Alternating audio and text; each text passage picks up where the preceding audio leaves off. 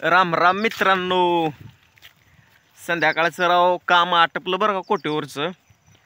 बैलांना पण गवत टाकलं, गाईला म्हशीला पण व्यवस्थित वैरण पाणी केलं आणि आता मी गावाच्या दिशेने जातोय बरं का हळूहळू. टू व्हीलर तर काय आपल्या शेताकडे येत नाही राव, पूर्ण चिखल झालेला आहे.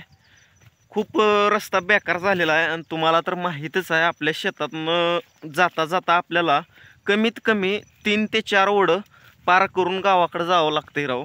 त्याच्यामुळं टू व्हीलर आणणं जमत नाही बरं का.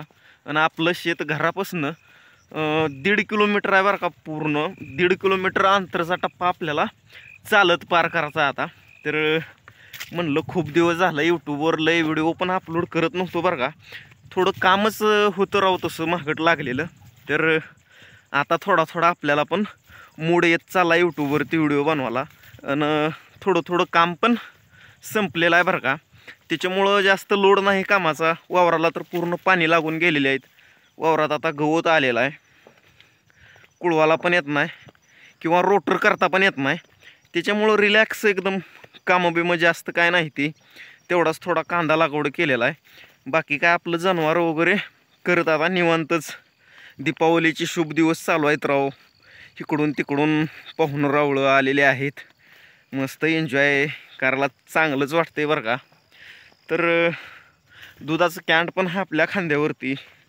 कमीत कमी 7 ते 8 लिटर दूध आहे बरं का. आणि गाईच्या दुधाचा पण आता रेट वाढलेला आहे, त्याच्यामुळं आनंदच झालेला आहे बरं का थोडा. पण काय राव, आपलं दूध थोडं कमी आहे बरं का. एक गाय आपण विकून टाकलेली आहे आणि आपल्याकडं फक्त आता एकच गाय आणि एकच म्हैस आहे, 2 बैल आणि छोटी छोटी शेळ्या वगैरे. असंच आपल्याकडं एकदम कमी भांडवल आहे बरं का.